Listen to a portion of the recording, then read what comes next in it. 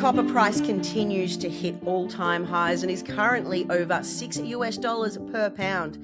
On the hunt for more copper is Leviathan Metals in a highly prolific belt over in Africa. Here to tell me more about it is CEO Luke Norman. Luke, it's a pleasure to see you. How are you? Wonderful, and thank you for having me this afternoon. Now, who doesn't love a copper hunt out in Botswana? On the 7th of January, you announced that you had finished the acquisition of your tenements in the Kalahari Copper Belt region. Can you tell me more about what this acquisition means for Leviathan Metals? Yeah, literally on the hunt. We spent 4 years looking for a tier one copper asset, and it's not an easy thing to find. You know, it wasn't a bull market at the time, but finding really good assets like these is quite the undertaking. So yeah, we've managed to pull together almost 12,000 square kilometers along the Kalahari Copper Belt and numerous tenements. Now, your particular project is called Central, located in Botswana. What makes this region so prospective for copper? What took you out here to look for this tier one asset? Yeah, so the central portion of our tenements, aptly named, it sits next to a already discovered and developed copper mine, a massive venture there actually, recently purchased for about close to $2 billion, another $700 million have gone into it. And we have a continuation of their land package with some really highly prospective geology. I know you just completed an airborne survey on this area. What is the benefits of this type of geophysics, and obviously, what is it going to lead to? Very good question. So geophysics is all important in this style or this model of exploration that we're entering into at Central. So stacks and stacks of geophysics saves you a lot of time with the drill and a lot of money on the drill. It stands out the targets. We can do that literally desktop, define targets, and then go in and drill test them. So it saves us a lot of time, a lot of manpower, a lot of money ultimately.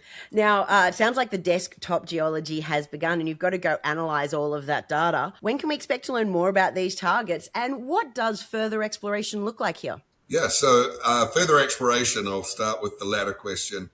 It is getting in there with the drill. We're excited to get in and get drilling there. But what we're looking for is certain folds. We've got about 26 kilometers just standalone on a domal edge. I don't want to get too far into geology, but 26 kilometers of strike that we can explore for numerous deposits. And again, our neighbor, it's identical backdrop along the strike length. Usually these sediment hosted copper deposits are stacked up in a row. So what we're going to do is just layer our geophysics and pick some of the more standout targets and get drilling as soon as March. Now, Luke, let's be honest, a lot of Australians aren't familiar with copper exploration in the Botswana region. What attracts you to this part of the world? Look, at the beginning of our discussion, I spoke about tier one copper deposits. Well, a tier one deposit needs to be in a tier one jurisdiction.